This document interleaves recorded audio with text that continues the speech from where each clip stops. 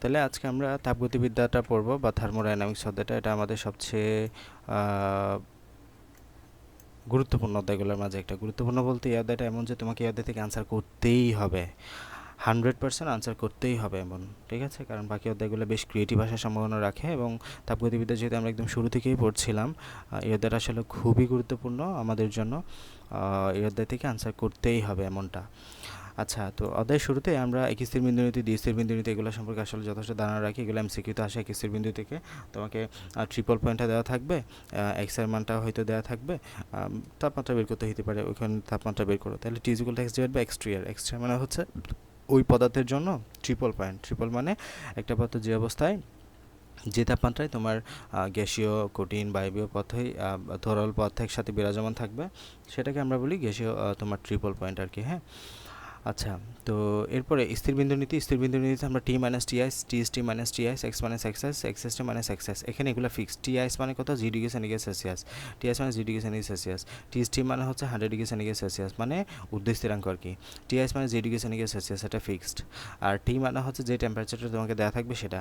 আর x মানে হচ্ছে ওই পদার্থের জন্য কতটুকু প্রসারণ হইলো, মানে ওই পদার্থের কতটুকু পরিবর্তন হইলো। আমরা এখানে প্রসারণ তো বলা একদম এক্স্যাক্টলি নাও হইতে পারে, প্রসারণ ধর্মটা তুমি ইউজ নাও করতে পারো এই ক্ষেত্রে।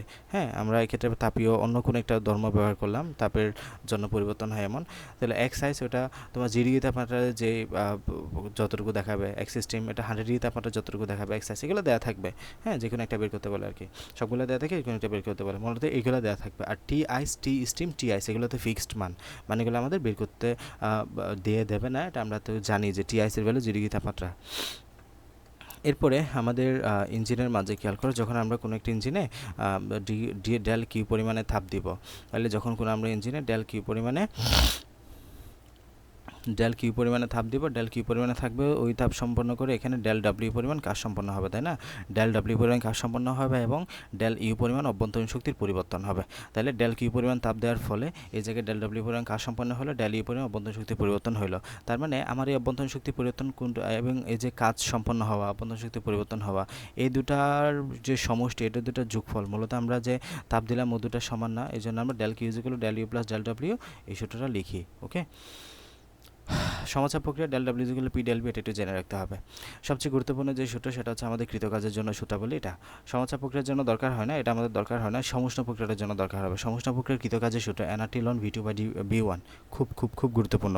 সমুষ্ণ প্রক্রিয়ায় আমাদের কৃতকাজের সূত্র কি? NRT ln V two by B one. সমুষ্ণ প্রক্রিয়া কৃতকাজের সূত্র কি? NRT ln V two by B one.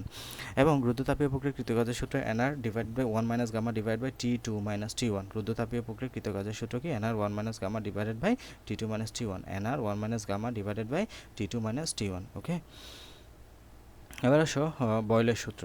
তো বয়লের সূত্র আমরা স্বাভাবিকভাবে সমষ্ণ প্রক্রিয়া জানি। সমষ্ণ প্রক্রিয়া মানে কি? এক্ষেত্রে আমরা বয়লের সূত্র যখন পড়েছিলাম, বয়লের সূত্র আসলে কী ছিল? বয়লের সূত্রটাই ছিল এমন যে স্থির তাপমাত্রায়, তাহলে তুমি বলেই দিচ্ছ স্থির তাপমাত্রা, তাহলে সমুষ্ণ না, উষ্ণতা সেম, তাপমাত্রাটা সেম। তাহলে সমষ্ণ প্রক্রিয়া মানে কি? যে প্রক্রিয়ার মাঝে আলটিমেটলি তাপমাত্রাটা স্থির থাকবে, সেটাকে আমরা সমষ্ণ প্রক্রিয়া বলি। তো স্থির তাপমাত্রায় আমাদের যে প্রেশার, ওই প্রেশারটা ভলিউমের ব্যস্তানুপাতিক। আমরা যদি ভলিউম বাড়াই প্রেশারটা কমবে, প্রেশার বাড়ালে ভলিউম বাড়বে, প্রেশার কমাইলে ভলিউম বাড়বে, ঠিক আছে? ব্যস্তানুপাতিক আর কি। তো এখান থেকে আমরা ultimately P one B one is equal to P two B two এই সূত্রটা পাই। বাট এই সূত্রটা যখন আমরা রুদ্ধতাপীয় প্রক্রিয়ার জন্য বিভিন্ন অনুপাতে প্রয়োগ করবো, তখন আমরা এই সূত্রটার রূপ এইভাবে দেখতে পাবো। T one B one P one B one divide by to the power gamma is equal to P two B two to the power gamma. গামাটা কিন্তু ভিডিওর উপরে আছে, মনে রাখবা। P one B one gamma to the power gamma is equal to P two B two to the power gamma. এছাড়া যখন আমরা টিবি ইউজ করবো, T one B one to the power gamma minus one is equal to T two B two to the power gamma minus one, not one minus gamma, এটা হচ্ছে gamma minus one. আর যখন আমরা TP নিয়ে পড়বো, T one P one one minus gamma divide by gamma, এটা ছিল gamma minus one, এটা হচ্ছে one minus gamma, be careful. One minus gamma divide by gamma is equal to T two P two divide by one minus gamma divide by gamma, এমনটা হয়। এরপরে শক্তির নিত্যতার সূত্রের জন্য আমরা MS del T is equal to half M base করে এই সূত্রটা একটু জেনে রাখো, অনেক সময় লাগে। ওকে, এবার মূলার আপেক্ষিক তাপ। মূলার আপেক্ষিক তাপের সূত্রটা আমাদের লাগে। মূলার আপেক্ষিক তাপকে আমরা সিপি বলি, CP is equal to CV del Q divide by N del T. তাপমাত্রার পরিবর্তন, এটা হচ্ছে তাপের পরিবর্তন, এটা হচ্ছে তাপমাত্রার পরিবর্তন। দেখো কিউ হচ্ছে একটা তাপ, কি হচ্ছে কি টি হচ্ছে তাপ, তাপ হচ্ছে এক প্রকার শক্তি, কি হচ্ছে তাপ, তাপ হচ্ছে এক প্রকার শক্তি যার একক হচ্ছে জুল। আর টি হচ্ছে তাপমাত্রা, টি হচ্ছে কি টি হচ্ছে তাপমাত্রা, টি হচ্ছে তাপমাত্রা যেটা হচ্ছে আমাদের এটা হচ্ছে তাপমাত্রার তাপমাত্রার এসআই একক হচ্ছে কেলভিন, এসআই একক কেলভিন, তাহলে দুটো কিন্তু আলাদা বিষয়। এটা হচ্ছে তাপের পরিমাপ বোঝাচ্ছে, তাপমাত্রা হচ্ছে তাপের পরিমাপ বোঝাচ্ছে। এবং মোলার আপেক্ষিক তাপের সূত্র একক হলো joule per mole per kelvin, joule per mole per kelvin, joule per mole per kelvin, বুঝে গেছে? আমাদের স্বাভাবিকভাবে CP is greater than CV হয়, সিপি গ্রেটার দেন কি হয় সিবি হয়, এবং সিপি বাই সিভি এর ভ্যালু হয় গামা, সিপি বাই সিভি এর ভ্যালু হয় গামা। এই সিপি বাই সিভি এর ভ্যালু এটা হচ্ছে 1.66 হয় এক মোল গ্যাসের জন্য, 1.41 হবে দ্বিমূল গ্যাসের জন্য, 1.33 হবে 3 মোল গ্যাসের জন্য, মানে তোমার কত অণুবিশিষ্ট গ্যাস আর কি, হ্যাঁ, লাইক একটা আমাদের হিলিয়াম গ্যাস, এটা এক অণুবিশিষ্ট গ্যাস না, তো এই ক্ষেত্রে আমরা 1.66 দিব এই গামায়ের মান। একটা অক্সিজেন গ্যাস, এটা হচ্ছে দ্বিমূল বিশিষ্ট গ্যাস না, তো এখানে দুইটা পরমাণু না, ওই জন্য এটা 1.41 দেবো, ঠিক আছে? এছাড়াও সিপি মানে সিবি করলে আমরা আর পাই, আর মানে হচ্ছে 8.314 joule per mole per kelvin, ঠিক আছে? 8.314 joule per mole per Kelvin. তাহলে CP by CB is equal to gamma, এটা একটু মাথায় রাখতে হবে, CP minus CB is equal to R, okay? এবার আসো, আমাদের অনেক সময় তাপের পরিবর্তন জানতে চাই, অনেক সময় এই অধ্যায়ে আমাদের এন্ট্রপির পরিবর্তনও জানতে চাই, ওকে?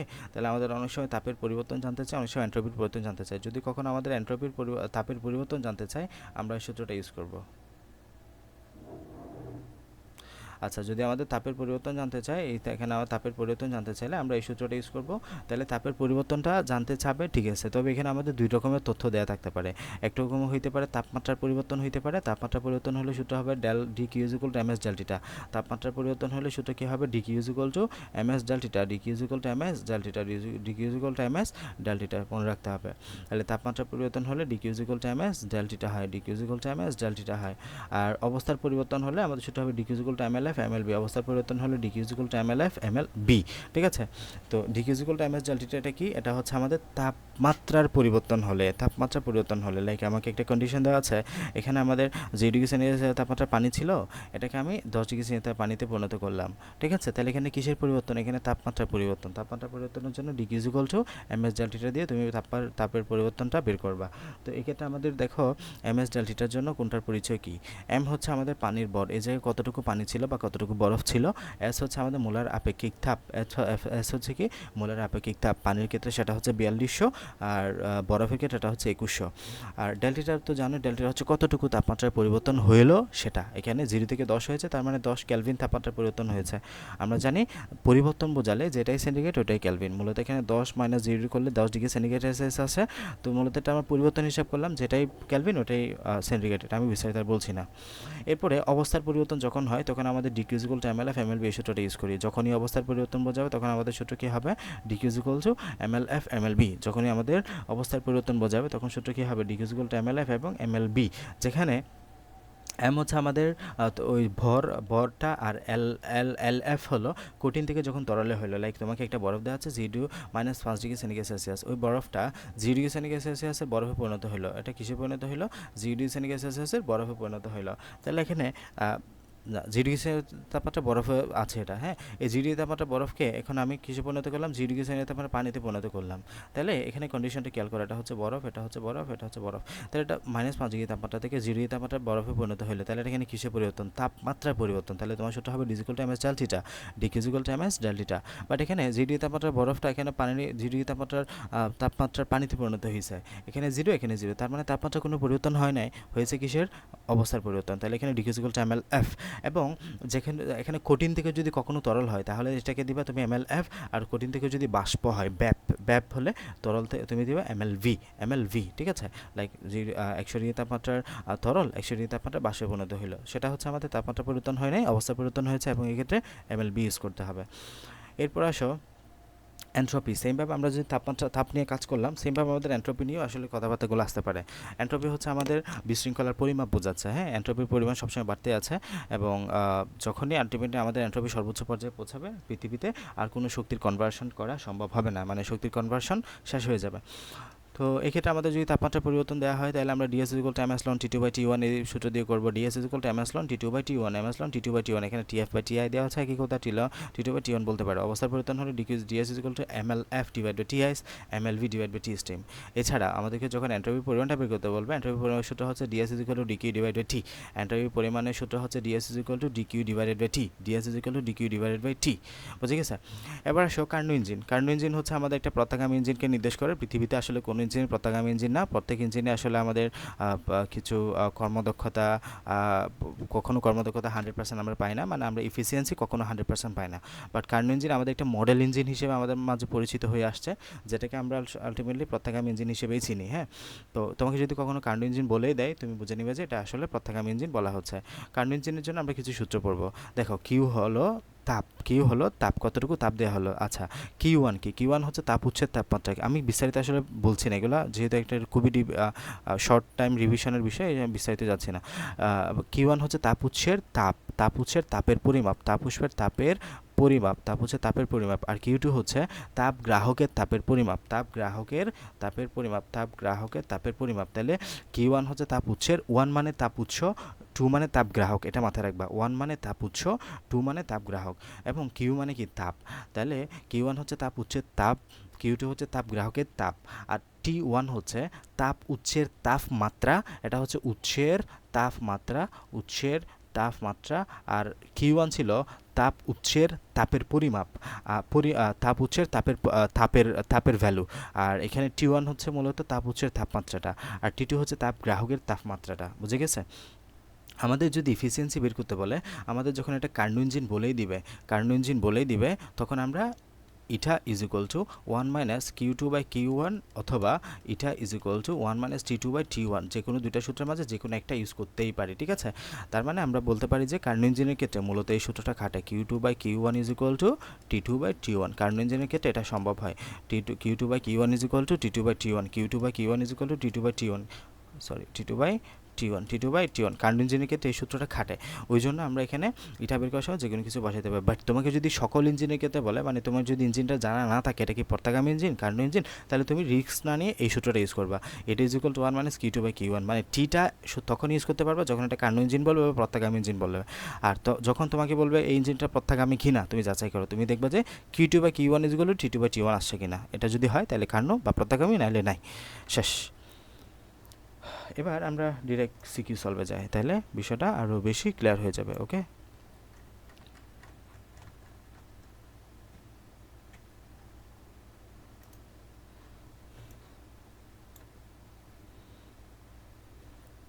ঠিক আছে। দেখো, এই জায়গাটাতে আমাদের একটা সিকিউ দেওয়া আছে।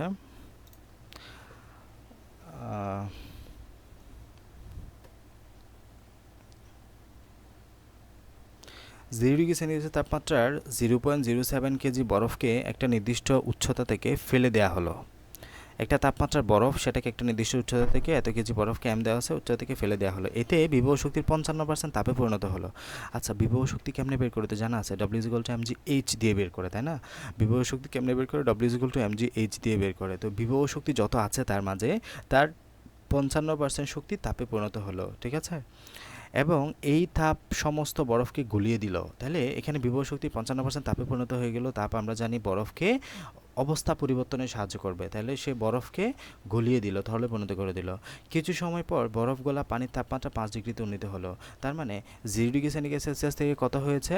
5 ডিগ্রি সেন্টিগ্রেড সেলসিয়াস হয়েছে। তাপমাত্রা কিন্তু বেড়েছে, তার মানে এখানে তাপমাত্রার পরিবর্তন হয়েছে।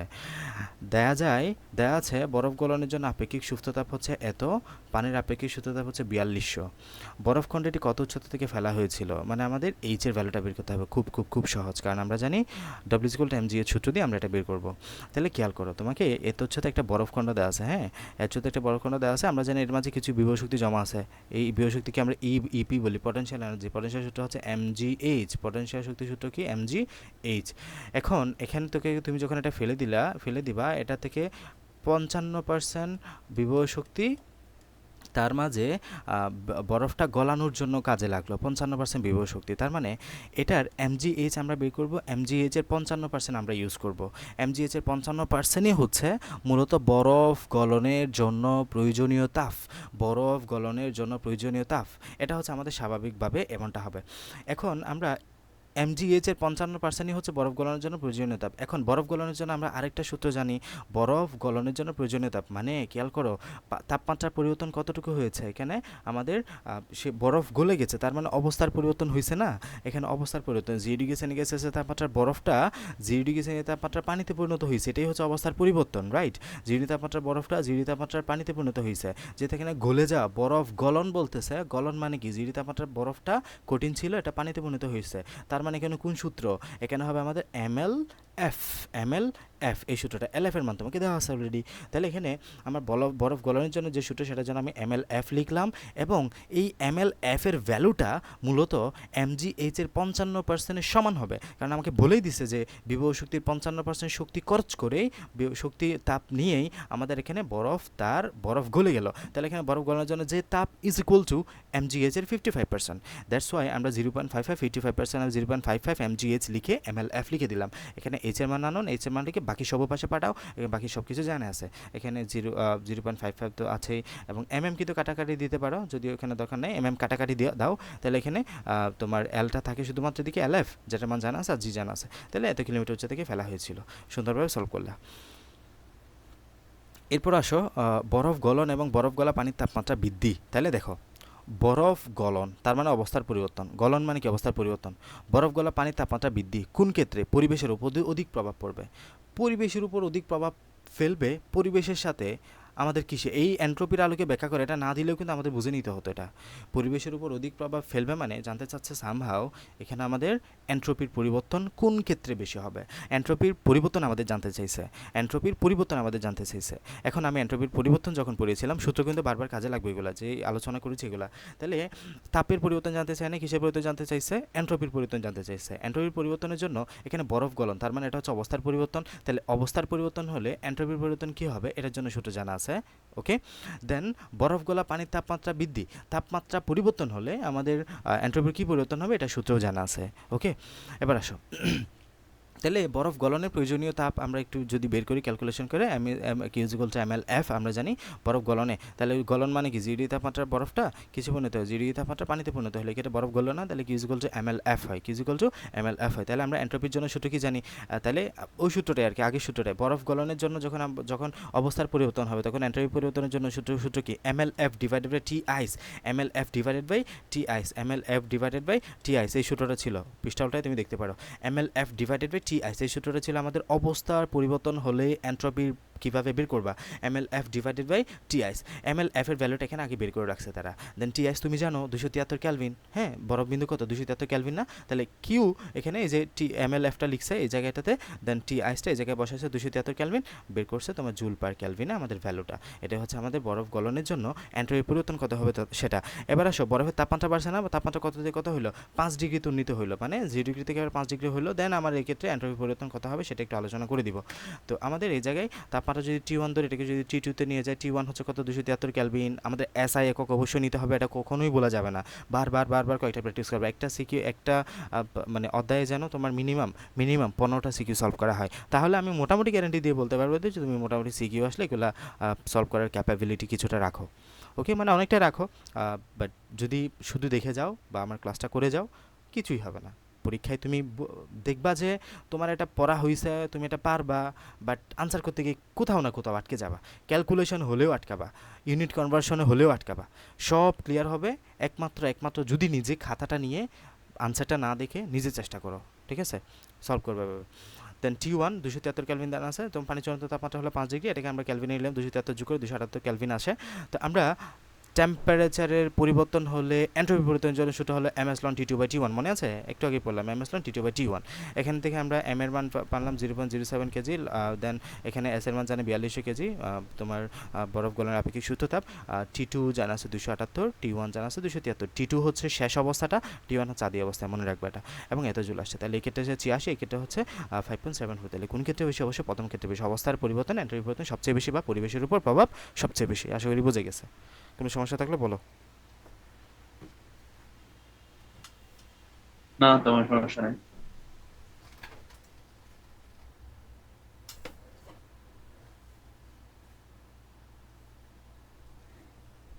ওকে,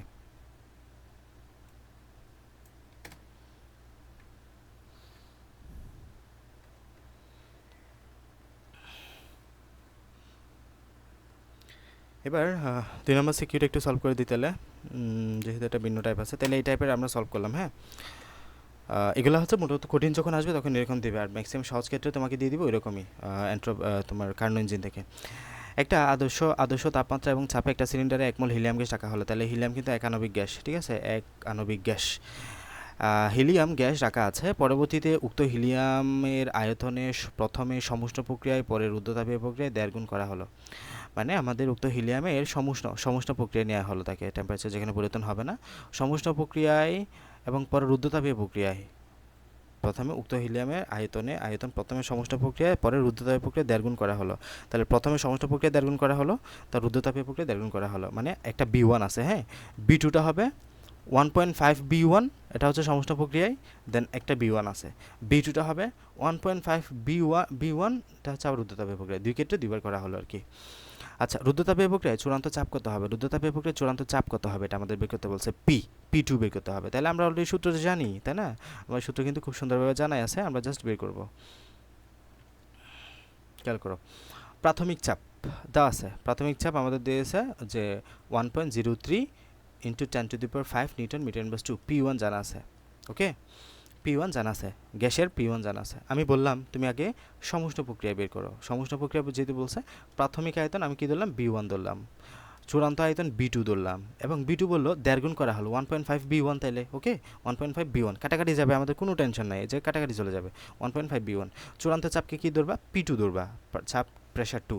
দেন মুলার আপেক্ষিক তাপ এর অনুপাত, এটা তোমাকে নিচ থেকে জানতে হবে, পরীক্ষার আমার এখানে প্রশ্ন দেওয়া আছে কিনা খেয়াল করি নাই, যদি দেওয়া না থাকে তোমাকে বের করতে হবে। হিলিয়াম একক আণবিক গ্যাস, আমার 3টা সংখ্যা লেখা ছিল, 1.66 বা 67, 1.44, 1.33, মনে আছে আমার শিটে, 1.66, 1.44, 1.33, এগুলো আমি সিরিয়ালে লিখছি। এটা হচ্ছে এক আণবিক গ্যাসের জন্য লাইক হিলিয়াম, এটা হচ্ছে দ্বিআণবিক গ্যাসের জন্য লাইক অক্সিজেন, নাইট্রোজেন এরকম, আর 3 আণবিক গ্যাস লাইক ওজন। এই গ্যাসের জন্য আমি এরকম 3টা লিখে রাখছি, 1.66 বা 67, এটাকে ধরো 66 দিলেও হবে, সমস্যা নেই, বইয়ে 66 দেওয়া আছে মোস্ট প্রবলি। তাহলে মুলার আপেক্ষিক তাপদের জন্য গামার অনুপাত হচ্ছে, যেহেতু এক পারমাণবিক গ্যাস এটা, তাই 1.67 বলবো এটাকে, ঠিক আছে। আমরা পি এবং বি নিয়ে কাজ করব, তাই না, পি এবং বি নিয়ে কাজ করব। সমষ্ণ প্রক্রিয়ার জন্য এই সূত্রটা হচ্ছে P one B one to the power gamma is equal to P two B two to the power gamma. আমাকে যদি পি1 টি1 থাকতো, আমি পি1 টি1 এর জন্য যে সূত্র জানি ওটা লিখতাম, P one T one to the power 1 minus gamma divide by gamma, P two T two divide by 1 minus gamma divide by gamma, ঠিক আছে। যখন টি1 বি1 থাকবে, T one B one gamma minus 1 divide by gamma minus 1 is equal to T two B two ও to the power 1 minus gamma minus 1, এইভাবে। তাহলে এখানে P one B one যেহেতু আছে, আমি পি2 বি2, এখানে যেহেতু আমার পি1 বি1 নিয়ে ক্যালকুলেশন, আমি পি1 বি1 সূত্রটা বসাইলাম। দেন আমি পি2টা এ পাশে নিয়ে রাখলাম, বা পি2 এ পাশে রাখলাম, পি1 কে পাশে নিয়ে আসলাম, বি1 কে পাশে নিলাম, গামার মান জানো, গামার মান বসাই দিলে বিবি কাটা যাবে, যেটা থাকবে এটাকে ক্যালকুলেটরে বসাবা, এটাকে বসায় রুটি দেওয়ার করবা, পারো কিনা আমাকে বলবা, যদি না পারো আমি এখান থেকে ভিডিও করে দেখাই দিব। দেন পি2 ইজ ইকুয়াল টু এবার বের করবো, তাহলে এখানে পি2 বেড়ে গেল না, পি1 এর মান তো জানাই আছে, বের করে এখানে পি1 বাক ছিল না, এটার পাশে গেলে গুণাকারে চলে যাবে, গুণাকারে চলে গেছে, মানটা বসাই দিলে আনসার বের হয়ে গেল, চূড়ান্ত চাপ। এরপর আসো, উদ্দীপক অনুযায়ী কোন প্রক্রিয়ায় বেশি কাজ সম্পন্ন হবে বের করতে হবে, কোন প্রক্রিয়ায় বেশি কাজ সম্পন্ন হবে, মানে আমাদের কৃতকাজ বের করতে হবে। কৃতকাজ জন্য সূত্র আমরা অলরেডি জানি, আমরা পড়ে আসছি সমস্ত প্রক্রিয়া কৃতকাজের সূত্রটা, তাই না, সমস্ত প্রক্রিয়া কৃতকাজের সূত্র বের করতে হবে, সাথে রুদ্ধতাপীয় প্রক্রিয়া, মানে এখানে দুইটা কন্ডিশন, একটা হচ্ছে প্রথমে সমুষ্ণ প্রক্রিয়ায় 1.5 গুণ করা হলো, আবার রুদ্ধতাপীয় প্রক্রিয়ায় 1.5 গুণ করা হলো। তাহলে সমুষ্ণ প্রক্রিয়ায় 1.5 গুণ করার জন্য কাজ কতটুকু সম্পন্ন হয়েছে সেটা বের করবো, একবার W1, দেন রুদ্ধতাপীয় প্রক্রিয়ার জন্য কতটুকু কাজ সম্পন্ন হবে সেটা বের করবো, সেটা হচ্ছে W2। তাহলে দুই কেটে দুইবার কাজ বের করতে পারলেই আমাদের কাজ শেষ। ওকে, তাহলে সমষ্ণ প্রক্রিয়ার জন্য সূত্র মনে আছে, NRT ln V two by V one, একদম খাটা সূত্র, এগুলো একটাও মিস হবে না এদিকে দিক, ঠিক আছে। যা পড়বো শীটে যে কয়েকটা সূত্র আমি পড়িয়েছি এগুলো থেকে একদম হুবহু পাবা। সমষ্ণ প্রসারণে হিলিয়াম গ্যাসের কৃতকাজ, সমুষ্ণ প্রসারণে, তাহলে সমুষ্ণের জন্য আগে বের করতেছি। তাহলে আমাকে দেওয়া আছে কী কী হিলিয়ার মোল সংখ্যা, কিন্তু আমরা জানি 1, দেন প্রাথমিক তাপমাত্রা T1 273 কেলভিন, প্রাথমিক তাপমাত্রা T1, ঠিক আছে।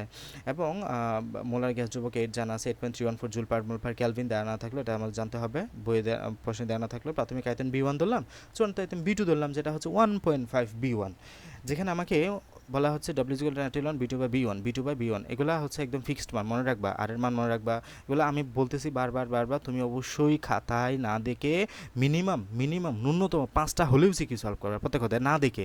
পরীক্ষার হলে যেমন তোমার কাছে কোয়েশ্চেন ছাড়া উত্তর থাকবে না, বাসায় এমন একটা মানে এমনভাবে তুমি প্র্যাকটিস করো যে তোমার কাছে কোয়েশ্চেন আছে, প্রশ্ন নাই, সর্বোচ্চ চেষ্টা করো সলভ করার। না পারলে গাইড থেকে হেল্প নাও। ওটা একদম 100% সলিড বলা হয় এটাকে, সলভিং মেথড। এটা হচ্ছে 100% সলভিং মেথড।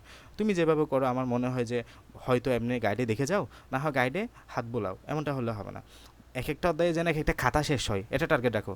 এক একটা অধ্যায়ে একটা খাতা, 7টা অধ্যায়ে 7টা খাতা শেষ হতে হবে। এটাই হচ্ছে ফিজিক্স সেকেন্ড পেপার প্রিপারেশন।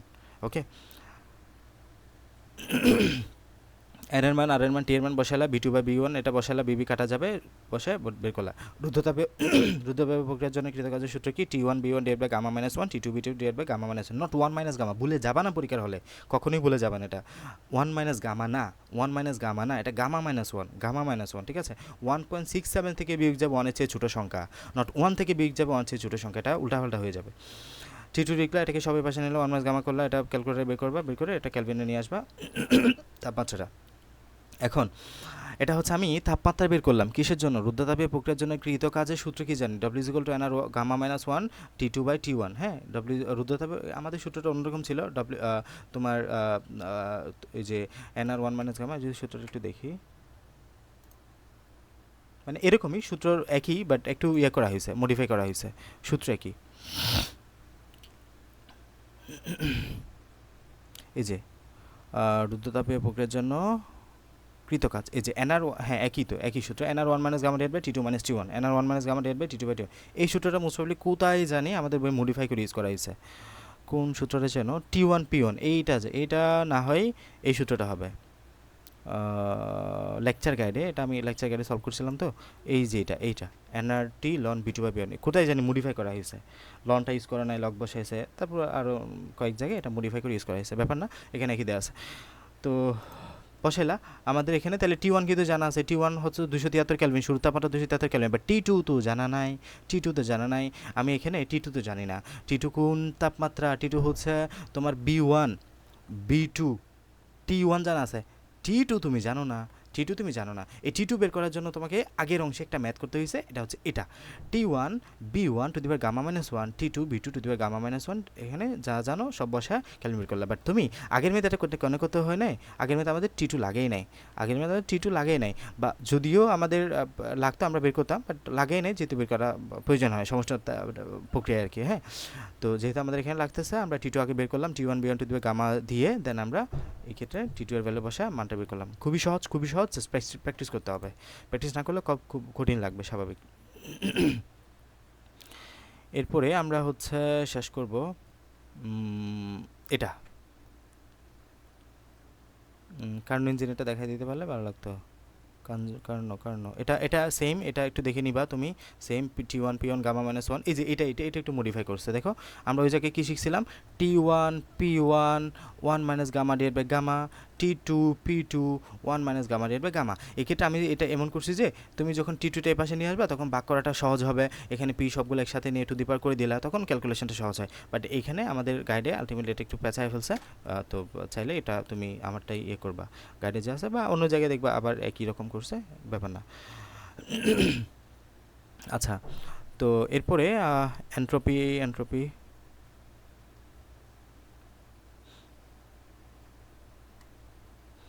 সবই একই আসলে। এখানে T1/B1 T2/B2 এই সূত্রগুলো ইউজ করা হয়েছিল, NRT ln B2/B1। এটা একটু দেখো, খুব দ্রুত আমি বলে দিই। হ্যাঁ, সিয়াম 1 কেজি বরফকে সে -10 ডিগ্রি সেন্টিগ্রেড তাপমাত্রা থেকে -10 ডিগ্রি তাপমাত্রা হতে 30 ডিগ্রি তাপমাত্রায় পানিতে পরিণত করে, -10 ডিগ্রি হতে 30 ডিগ্রি তাপমাত্রা পানিতে পরিণত করে। হ্যাঁ, তাহলে দেখো -10 ডিগ্রি থেকে আগে মানে সিকোয়েন্সটা তুমি বুঝো, -10 থেকে 30 কি একেবারে হয় এমন না, হয় না। -10 ডিগ্রি তাপমাত্রা বরফ আছে এটা, তাহলে -10 ডিগ্রি তাপমাত্রা বরফটা আগে তোমার 0 ডিগ্রি তাপমাত্রা বরফে পরিণত হবে, -10 ডিগ্রি তাপমাত্রা বরফ আগে 0 ডিগ্রি তাপমাত্রা বরফে পরিণত হবে। তাহলে এটা কিসের পরিবর্তন? এটা হচ্ছে বরফ, এটা হচ্ছে বরফ। তাহলে এটা তাপমাত্রার পরিবর্তন, এক্ষেত্রে কিসের পরিবর্তন? তাপমাত্রা পরিবর্তন। এই 0 ডিগ্রি তাপমাত্রা বরফটা এরপরে 0 ডিগ্রি তাপমাত্রা পানিতে পরিণত হবে, এটা হচ্ছে বরফ, এটা হচ্ছে পানি। তাহলে কিসের পরিবর্তন? অবস্থার পরিবর্তন। এই 0 ডিগ্রি তাপমাত্রা পানিটা এরপরে 30 ডিগ্রি তাপমাত্রার বরফে পরিণত হবে। এটা যাতে মুখস্থ হয়ে যায়, 3টি স্টেপে বাক করো তুমি। যেটাই দেওয়া থাকুক, মাইনাসে দেওয়া আছে, তোমাকে 0-তে যাও, 0-তে গিয়ে এটা অবস্থায় কী রাখো, এক্ষেত্রে কিসের পরিবর্তন? তাপমাত্রা পরিবর্তন। দেন 0 থেকে 0 রাখো, মানে এক্ষেত্রে বরফ ছিল, এটা হয়ে যাবে এখন তরল, বরফ ছিল হয়ে যাবে তরল, অবস্থার পরিবর্তন। তাহলে এখানে আমি কোন সূত্র del Q is equal to MS del theta, এক্ষেত্রে কোন সূত্র? MS del theta. আর এখানে কোন সূত্র? Del S is equal to del Q is equal to MLF মনে আছে। আর এখানে কিসের পরিবর্তন? আবার তাপমাত্রা পরিবর্তন হয় 30 ডিগ্রি তাপমাত্রা থেকে 100 ডিগ্রি 30 ডিগ্রি হলো, আবার del Q is equal to MS del theta. Okay, এটা হচ্ছে আমাদের স্বাভাবিকভাবে এমনটা হয়। এরপরে কখনো যদি তোমাকে এমনটা দেওয়া থাকে, আমি যদি একটু বাড়তি চলে যাই, এখানে লাইক তোমাকে 0 ডিগ্রি তাপমাত্রা দেওয়া আছে, 0 ডিগ্রি তাপমাত্রার -10 ডিগ্রি তাপমাত্রা বরফ দেওয়া আছে, এটাকে তুমি ফার্স্টে 0 ডিগ্রি তাপমাত্রা বরফে নিয়ে যাবা, দেন 0 ডিগ্রি তাপমাত্রা পানিতে নিয়ে যাবা, দেন এটাকে 100 ডিগ্রি তাপমাত্রা পানিতে নিয়ে যাবা, দেন 100 ডিগ্রি তাপমাত্রা বাষ্পতে নিয়ে যাবা। ঠিক আছে, তাহলে দেখো এখানে আমাদের এক্ষেত্রে তাপমাত্রার পরিবর্তন, কিসের পরিবর্তন হয়েছে? তাপমাত্রার, অবস্থার পরিবর্তন হয় না। এখানে বরফ, এখানেও বরফ, এক্ষেত্রে কিসের পরিবর্তন? এক্ষেত্রে বরফ, এক্ষেত্রে তাপমাত্রা একই আছে, এখানেও 0 এখানে 0, বাট কিসের পরিবর্তন হয়েছে? এখানে বরফ ছিল, এই জায়গায় পানি হয়ে গেছে, অবস্থার পরিবর্তন। এই জায়গায় আমাদের তাপমাত্রা 0, এই জায়গায় হয়ে গেছে 100, তার মানে কিসের পরিবর্তন? তাপমাত্রা পরিবর্তন।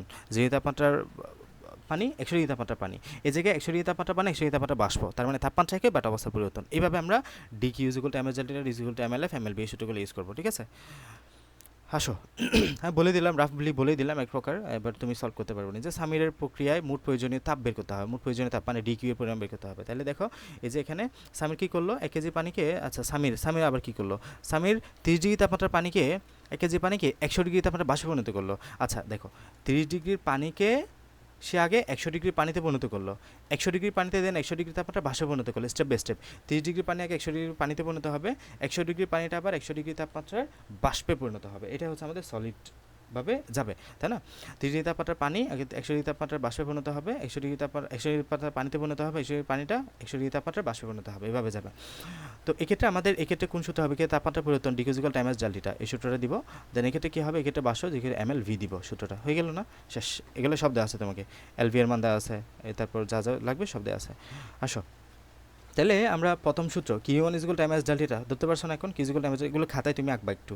এমএস ডেল থিটা সব মান দেওয়া আছে, ঝুলে বের করবা। দেন 100 তাপমাত্রা পানিতে 100 তাপমাত্রা বাষ্পে পরিণত করতে হবে। এক্ষেত্রে কিসের পরিবর্তন? অবস্থা পরিবর্তন। অবস্থা পরিবর্তন হলে Q is equal to MLV, অবস্থা পরিবর্তন হলে Q is equal to MLB, তাপমাত্রা পরিবর্তন এমএস ডেল থিটা, অবস্থা পরিবর্তন MLV। ওকে, এটা দিয়ে ঝুলে বের করবা, দুটো শক্তি যোগ করবা, তো বের হয়ে যাবে। এরপর সব বলতেছে সিয়ামের দাবি সঠিক না। সিয়াম কি বললো আবার? সিয়াম দাবি করলো যে তার প্রক্রিয়াটা বেশি শৃঙ্খল, মানে এন্ট্রপি দিতে যাইতে হবে এখন আমাদের। তাহলে দুই ক্ষেত্রে একটা হচ্ছে -10 থেকে 30 আসলো, দেন একটা হচ্ছে 30 থেকে 100 ডিগ্রি বাষ্পতে গেল। এই দুই ক্ষেত্রে এন্ট্রপি নিয়ে কাজ করতে হবে। তাহলে এতক্ষণ আমরা যে পড়াশোনা করলাম, যে ম্যাথ গাণিতিক সলভ করলাম, এগুলো হচ্ছে তোমার তাপমাত্রা রিলেটেড। এখন যেটা করব সেটা হচ্ছে আমাদের এন্ট্রপি। তাহলে এন্ট্রপি পরিবর্তন, তাহলে সিএম কী করলো? -10 থেকে সে 0-তে পৌঁছালো। -10 থেকে 0-তে পৌঁছানোর জন্য আমাদের -10 থেকে আগে 0 ডিগ্রি তাপমাত্রা বরফে পরিণত হয়েছে, তার মানে এক্ষেত্রে কিসে পরিবর্তন? এক্ষেত্রে তাপমাত্রা পরিবর্তন। 0 ডিগ্রি তাপমাত্রা বরফটা এবার 0 ডিগ্রি তাপমাত্রা পানিতে পরিণত হয়েছে, এই প্রক্রিয়াটা আসলে হয়েছে। তাহলে ডেল S1, তার মানে প্রথমটা -0 থেকে 0 ডিগ্রি তাপমাত্রা বরফে পরিণত হওয়া। তাহলে এই ক্ষেত্রে আমরা জানি কিসে পরিবর্তন? তাপমাত্রা পরিবর্তন। তাপমাত্রা পরিবর্তন MS ln T2/T1, MS ln T2/T1। আর এক্ষেত্রে 0 ডিগ্রি তাপমাত্রা বরফ 0 ডিগ্রি তাপমাত্রা পানিতে পরিণত হয়েছে, এক্ষেত্রে MS del S is equal to MLF divided by T, MLF divided T ice, মূলত MLF divided by T ice. তাহলে MS ln T2/T1 273 কেলভিন। দেখো এখানে T2 এর ভ্যালু কত? T2 হচ্ছে সর্বশেষ তাপমাত্রা যেটা, তাহলে এখানে হচ্ছে 273 প্লাস 0 ইজ ইকুয়াল টু 273 থাকবে, আর -10 273 মাইনাস, এক্ষেত্রে প্লাস মাইনাস হয়ে যাবে না, -10 মানে 265 হয়ে যাবে। তখন বি কেয়ারফুল, এই জায়গায় বড় টাইম নেই, মানে 10 মানে তুমি 283 মাইরে দিও না। এই জায়গায় T2 হচ্ছে মূলত 0-তে নিয়ে আসলা, T2 is equal two 273 kelvin. এটা হচ্ছে 0 ডিগ্রি তাপমাত্রা 273 যোগ করলে 273 হয়। আর আদি তাপমাত্রা যেটা, সেটা হচ্ছে তোমার 273 প্লাস মাইনাসে মাইনাস হয়ে যাবে, -10 হলে 263 কেলভিন হয়ে যাবে। আচ্ছা, তো এরপরে এটা করলা করে মানটা বসাই দিলে এটা কেলভিন আসে। এটা হচ্ছে তোমার -10 ডিগ্রি থেকে 0 ডিগ্রি তাপমাত্রার বরফে নিতে হলে কত এন্ট্রপি পরিবর্তন হবে সেটা। এখন 0 ডিগ্রি তাপমাত্রার বরফকে 0 ডিগ্রি তাপমাত্রার পানিতে পরিণত করতে হবে, এখানে এন্ট্রপি পরিবর্তন হবে অবস্থার পরিবর্তনের জন্য। তাহলে mlf ডিভাইড বাই টি আইস, এখানে টি আইসের ভ্যালু কত, 0 ডিগ্রি তাপমাত্রা কত হয় 273 কেলভিন, আর LF এর ভ্যালু দেওয়া আছে 1 কেজি বরফ বলে দিয়েছে, বের করলা। দেন এবার আসো কী করলো, এবার 0 ডিগ্রি তাপমাত্রার পানিকে 30 ডিগ্রিতে পরিণত করলো না, এবার সে 30 ডিগ্রিতে নিয়ে গেল। এবার 0 ডিগ্রি তাপমাত্রার পানিকে কিসে পরিণত করতে হবে, 30 ডিগ্রিতে পরিণত করতে হবে। এখন 0 ডিগ্রি তাপমাত্রার পানিকে 30 ডিগ্রি পরিণত, আবার এখন কিসের পরিবর্তন, তাহলে আবার তাপমাত্রার পরিবর্তন, ঠিক আছে। তাহলে 0 ডিগ্রি তাপমাত্রা -10 ডিগ্রি তাপমাত্রার বরফ 0 ডিগ্রি তাপমাত্রার বরফে পরিণত হলো, 0 ডিগ্রি তাপমাত্রার বরফটা 0 ডিগ্রি তাপমাত্রার পানিতে পরিণত হলো, 0 ডিগ্রি তাপমাত্রার পানিটা এখন 30 ডিগ্রি তাপমাত্রার পানিতে পরিণত হবে, এটা তাপমাত্রার পরিবর্তন, তাপমাত্রা। তাহলে ms ln T2 by T1, T2 এত, T1 আগে কত ছিল, আগে ছিল 273, দেন বের করলা মোট এন্ট্রপি হচ্ছে এত। এবার আসো সামির কী করলো, সামির করলো 30 ডিগ্রির পানিকে 100 ডিগ্রিতে বাষ্পে পরিণত করলো। তাহলে খেয়াল করো 30 ডিগ্রির পানি ছিল, 30 ডিগ্রির পানি সে তোমার 100 ডিগ্রি তাপমাত্রার পানি তাকে পরিণত হবে, তাহলে এটা হচ্ছে তাপমাত্রার পরিবর্তন। 100 ডিগ্রির পানিটা 100 ডিগ্রির বাষ্পে পরিণত হবে, এটা হচ্ছে অবস্থার পরিবর্তন, বুঝে গেছে।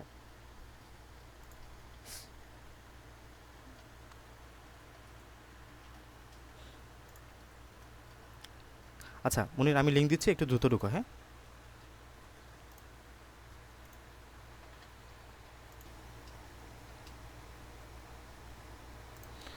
আচ্ছা, তো এখানে দেখো 0 ডিগ্রি তাপমাত্রার, তাহলে 100 ডিগ্রি তাপমাত্রা বাষ্পে পরিণত হলো, তাই না। 100 ডিগ্রি, তাহলে সে 30 ডিগ্রি থেকে কিসে নেবে, 30 ডিগ্রি থেকে 100 ডিগ্রি তাপমাত্রার পানিতে পরিণত করবে। তাহলে 30 থেকে 100 ডিগ্রি তাপমাত্রার পানিতে পরিণত হবে আগে, দেন 100 ডিগ্রির পানিটা 100 ডিগ্রি বাষ্পে পরিণত হবে এরপরে। তাহলে দুইটা ক্ষেত্র, এক্ষেত্রে তাপমাত্রার পরিবর্তনে ms ln T2 by T1, T2 কত, T2 হচ্ছে আমাদের তোমার এক্ষেত্রে T2 বাই T1, এখানে T3 অনেক কিছুই দিবে, সমস্যা নেই, তুমি T2 বাই T1 ইউজ করবে সবসময়। তাহলে 100 ডিগ্রি তাপমাত্রা, 100 ডিগ্রি হলে T2 কত হয় 373, আর T2 কত হয় 30 ছিল, তার মানে কত হবে 30 ছিল 303 কেলভিন, 273 সাহায্য করলে এত আসে। দেন 100 ডিগ্রি তাপমাত্রার জন্য 100 ডিগ্রি বরফে পরিণত করলে এন্ট্রপি পরিবর্তন হবে ms ln T2 by mlv divide by T steam, mlv divide by T steam, মনে রাখবা সূত্রটা, mlv divided by T steam, সূত্রটা আবার রিপিট করিও যদি মনে না পড়ে, mlv divide by T steam, mlv divide by T steam, mlv এর ভ্যালু জানা আছে, দেওয়া আছে বইয়ে, T স্টিমের ভ্যালু জানো 100 ডিগ্রি সেন্টিগ্রেড আছে, 100 ডিগ্রি সেন্টিগ্রেড কিসে নিতে হবে, ক্যালভিনে, প্লাস 273 করে 273 করতে হবে, 273 কে 373 আসে, দেন এখানে বসালে এত আসে, তাহলে মোট এত আসে, দেন পরিবর্তনটা যাচাই করলা। এটা হচ্ছে আমাদের রিলেটেড সূত্র। এরপরে আমি যদি তোমাকে একটাবার কার্নোটা দেখাই দিতে পারি ভালো লাগবে। কার্নোটা দেখো, কার্নো আমাদেরকে কি বলে, এন্ট্রপি পরিবর্তন যদি স্পেসিফিক বের করতে বলে এই সূত্রটা ইউজ করো, ds equal to dq divide by t, ds equal to dq divide by t বা mlv ডিভাইড বাই t আমরা যেটা বলি ওটাই আর কি, হ্যাঁ। এন্ট্রপি পরিবর্তন যদি কখন সূত্র বের করতে বলে এটাই ইউজ করবা। আচ্ছা, এন্ট্রপির কার্নোর সূত্র আসলে খুবই সহজ, আমার মনে হয় তো তুমি পারবা। তো আমি যদি একবার রাফলি বলি, দেখো কারণ আমাদেরকে বলে কি, যখন তোমাকে T1, মানে এটা সহজ তো এই জন্য এখানে 5 এতে না, তোমার প্রিভিয়াস ইয়ার একটু বেশি দেখবে এগুলো। T1 তাপ উৎসের তাপমাত্রা, এটা কি তাপ উৎসের তাপমাত্রা, পরিচয়টা একটু বেশি তোমার জানাবো। 1 মানে তাপ উৎস, 1 মানে তাপ উৎস, 2 মানে তাপ গ্রাহক, 2 মানে তাপ গ্রাহক, 2 মানে তাপ গ্রাহক, এটা হচ্ছে তাপমাত্রা বোঝাবে। Q1 মানে তাপ উৎসের তাপের ভ্যালু, Q2 মানে তাপ গ্রাহকের তাপের ভ্যালু। যখন তোমাকে কার্নো বলে দিবে, তুমি ইফিসিয়েন্সি বের করো, কার্নো ইঞ্জিন বলে দিয়ে ইফিসিয়েন্সি বের করো, তুমি তখন কী বের করবা, efficiency is equal to 1 minus T2 by T1 divide by T1 is equal to এটা দিয়ে বের করবা। যখন যে কোনো ইঞ্জিন বলবে 1 minus Q2 divided by Q1, যখনই তোমার কার্নো ইঞ্জিন বা পত্তাগামী ইঞ্জিনে যাচাই করতে বলবে, তুমি একবার T2 বাই T1 এর ভ্যালু বের করো, আর একবার Q2 বাই Q1 এর ভ্যালু বের করো, দুটো সমান হয়েছে কিনা যাচাই করো, যদি সমান হয় পত্তাগামী, নাইলে নাই, শেষ। এটাই হচ্ছে আমাদের কার্নো থেকে আসা সম্ভব। তাছাড়া এই জায়গায় আমাদের ডায়াগ্রামের একটা থাকতে পারে যে, এটা হচ্ছে দেখো, এটা হচ্ছে সমুষ্ণ প্রসারণ, এটা হচ্ছে রুদ্রতাপীয় প্রসারণ, এটা হচ্ছে সমুষ্ণ সংকুচন, এটা হচ্ছে রুদ্রতাপীয় সংকুচন। তাহলে সমুষ্ণ প্রসারণ, রুদ্রতাপীয় প্রসারণ, সমুষ্ণ সংকুচন, রুদ্রতাপীয় সংকুচন, বিভিন্ন ক্ষেত্রে বিভিন্ন রকমের ভ্যালু দিয়ে তোমাকে বিভিন্ন রকমের আনসার বের করতে হতে পারে।